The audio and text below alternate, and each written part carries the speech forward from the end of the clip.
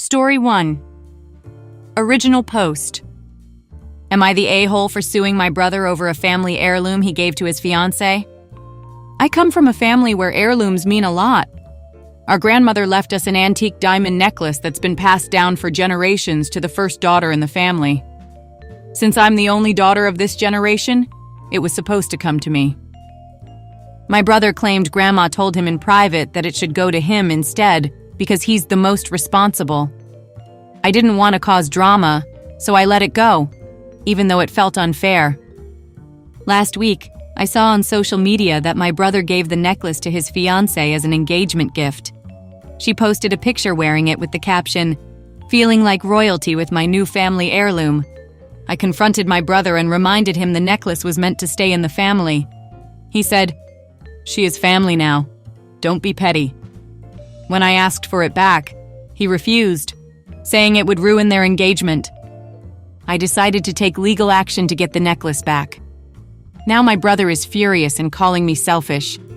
My parents think I'm overreacting, but some extended family members are on my side, saying he never had the right to give it away. His fiancée even messaged me, calling me a jealous drama queen and telling me to find my own man to buy me jewelry. The whole thing has caused a family feud, and now my brother and his fiancée are threatening to uninvite me from the wedding.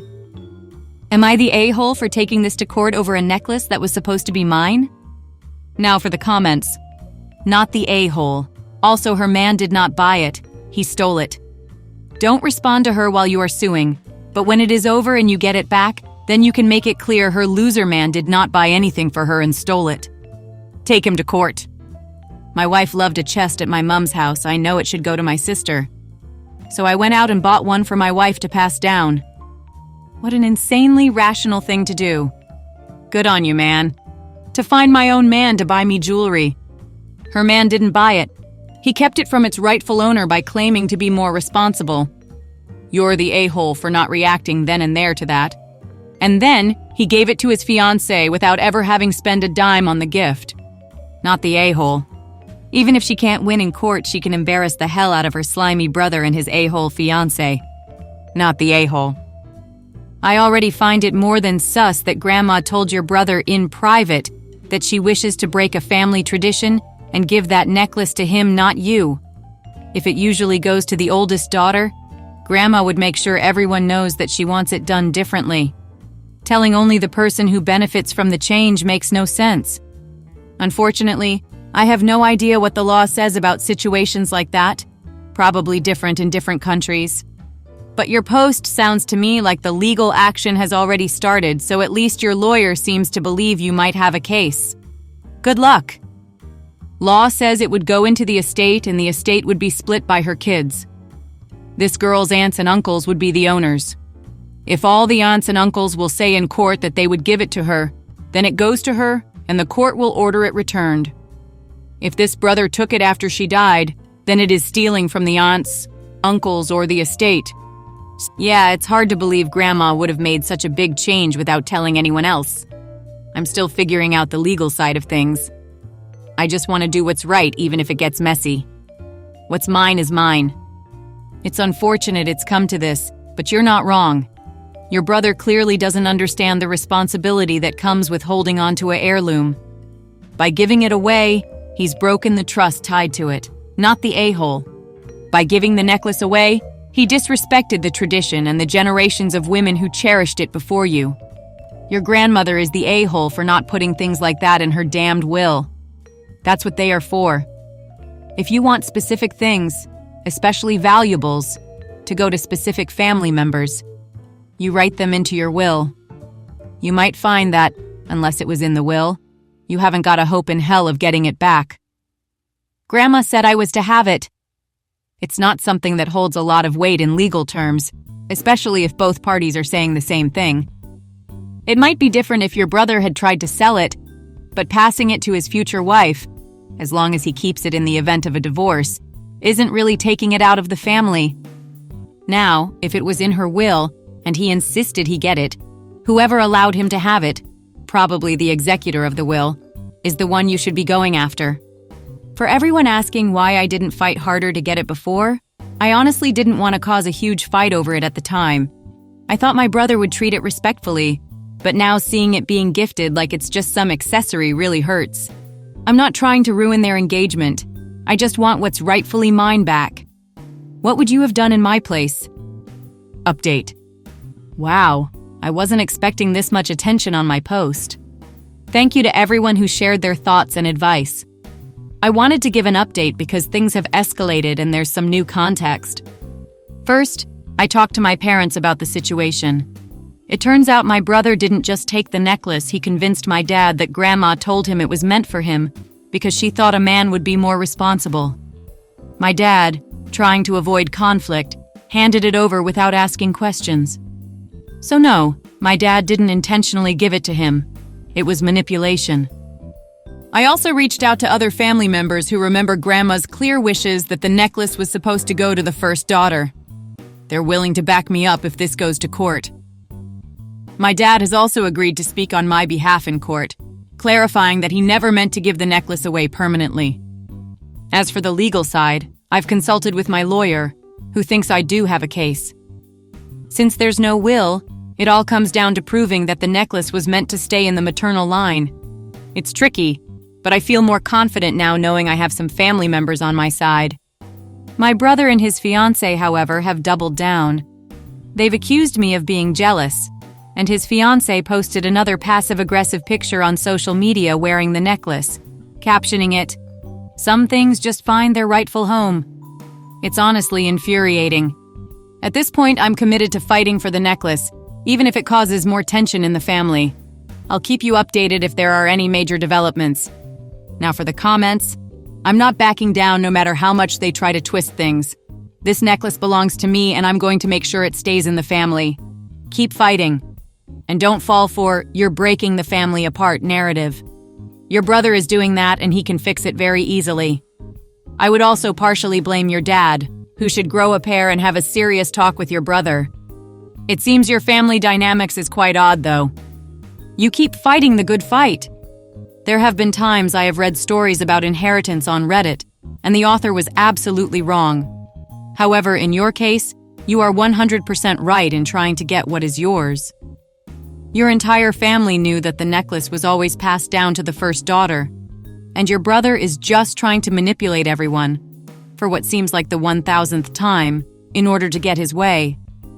I do really think it's unfortunate that your dad gave him the necklace, so I would make sure that he is actually going to say he didn't mean for your brother to have it permanently. As for your sister-in-law, I kinda want to kick her in the shins. Her social media posts in your first post were bad, but the one you mentioned in this post just shows she is not a good person. I also thought it was hysterical that she previously told you that you just needed to find a man who would buy jewelry for you. Does she realize that her man didn't buy jewelry from her and just stole it from the rightful heir? I do hope that this is the event that allows your extended family to see what type of person your brother is. From your posts and comments, it seems as if he has been manipulating people to get whatever he wants for quite some time, and people always seem to give in to him. If this isn't the straw that breaks the camel's back, I don't know what is. I also think you would be well within your right to cut off any family member who thinks you should let your brother keep the necklace, as it shows they really don't care about family if they're willing to allow your brother to take something that isn't his. Please keep us updated on how this goes. And this is probably horrible to say, can't wait to see what your sister-in-law posts after she gets sued. And then after the case, what she has to say then. Maybe she can post more about feeling like royalty. Which one? Made me gag, and two, was written to rub in the fact that she got the necklace and you didn't. Fight! This is theft and it rightfully belongs to you. But ask yourself, how come all of you bend to your brother's will? Have things like this happened before? Yes, things like this have happened before, and it's always been my brother getting his way. It's frustrating, but I'm not letting it slide this time.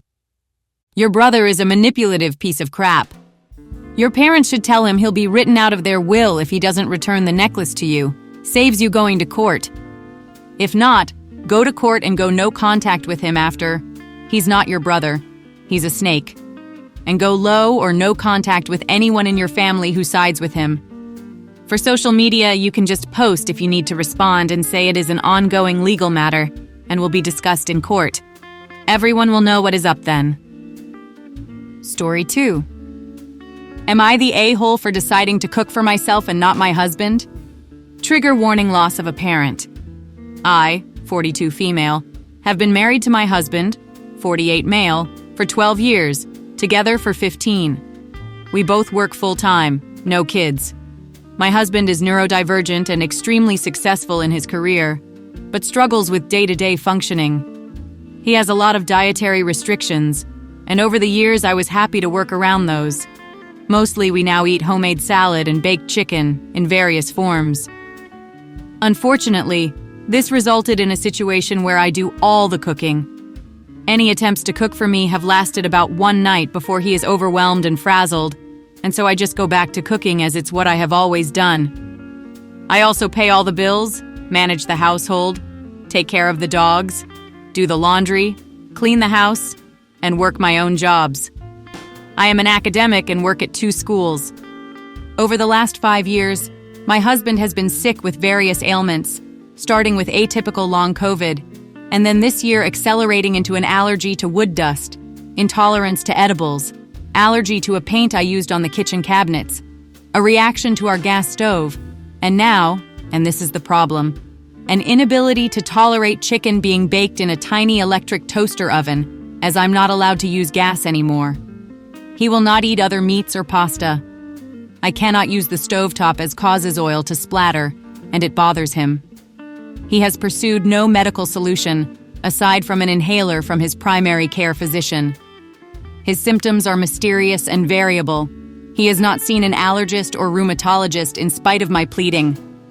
In the middle of all of this, I was the primary caretaker for my father, who died slowly and brutally. He died in my arms on December 21, 2024, after 10 months of illness, during which time I became his medical and financial power of attorney. He died hardly more than 2 weeks ago. For those of you that know, you know. For those of you that do not know, I don't want you to know. I am now the primary caretaker for my mother.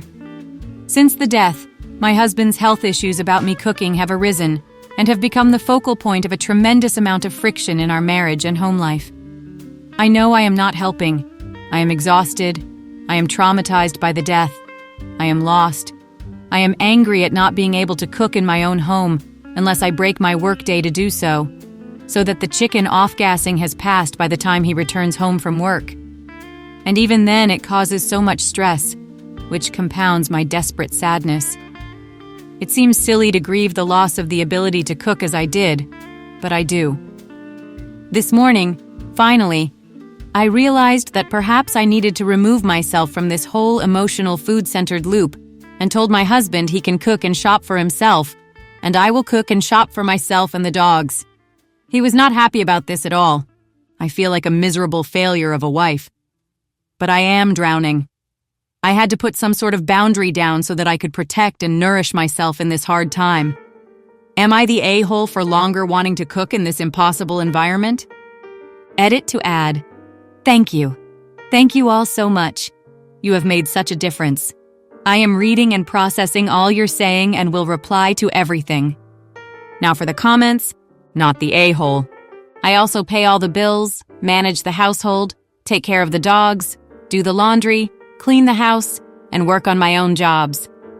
I am an academic and work at 2 schools. You do all of this on top of cooking. What does your husband do? Does he help with bills?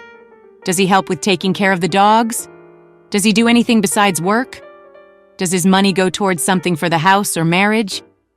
From what it looks like, OP, this marriage is a one-way street. He can't even cook for you nor himself because he gets overwhelmed? Does he seek help to help him function better as an adult? As I see it, you're a full-time maid with a full-time job and other responsibilities. Yes to all of this.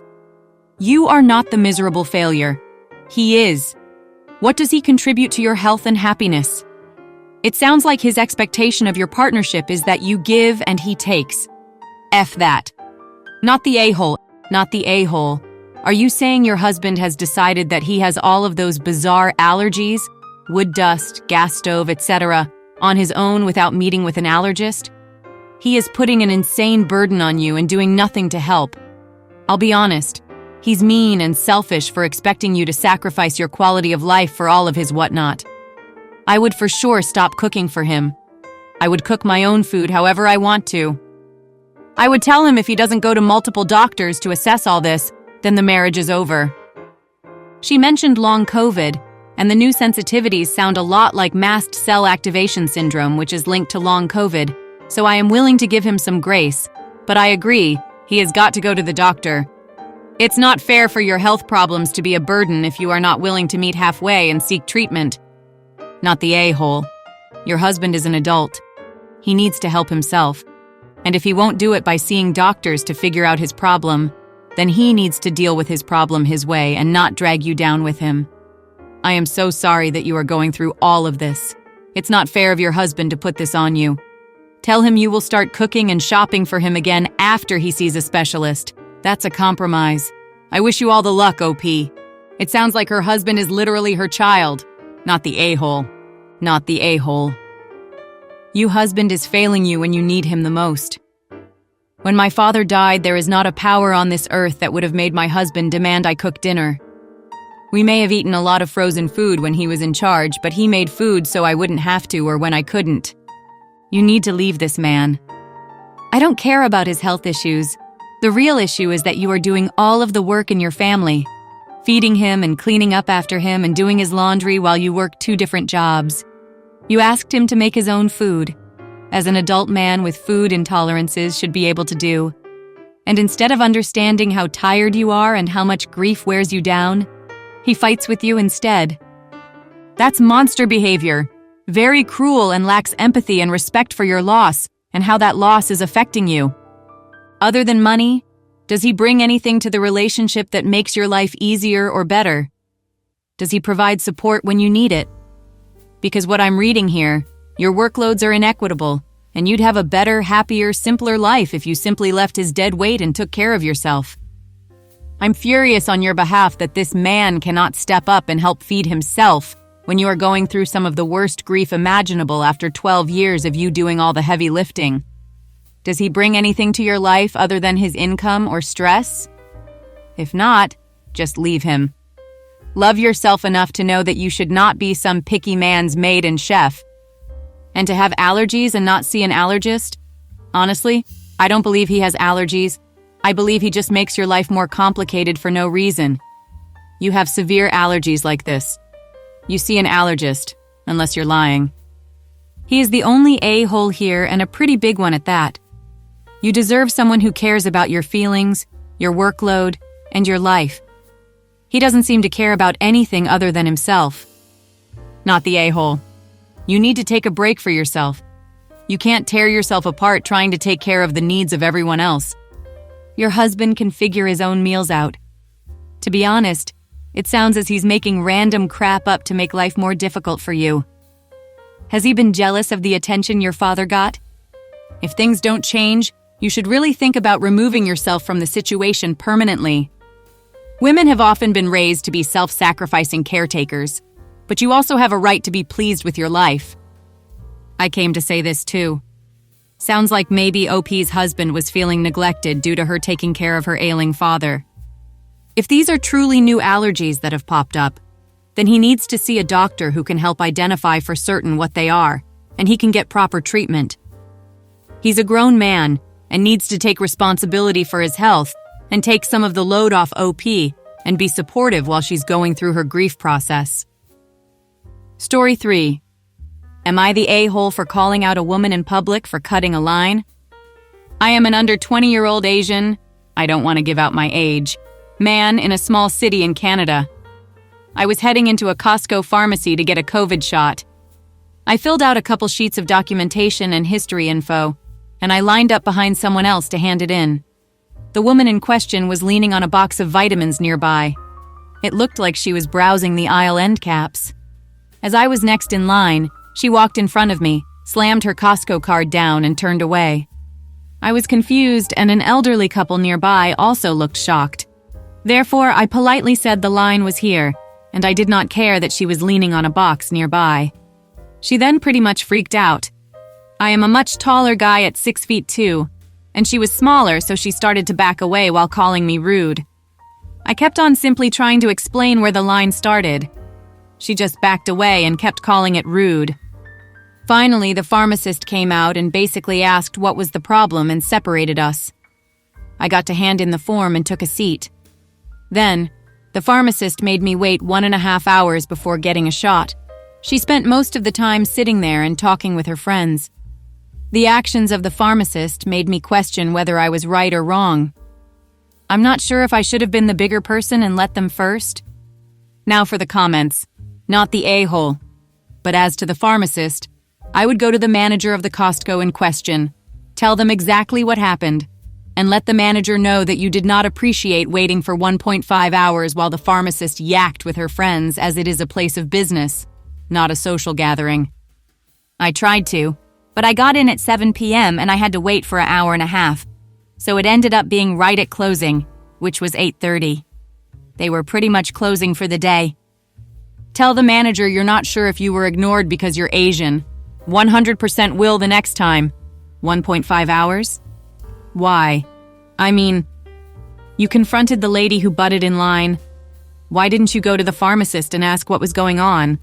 I mean, if there was a line out the door and around the block for various prescription-related services, fine.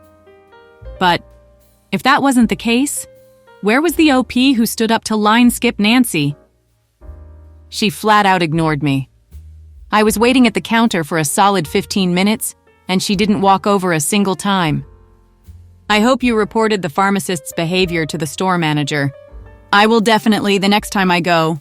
Thank you for listening. If you like the video, consider like and subscribe. If you want more stories like these, turn on your notification to receive the latest stories.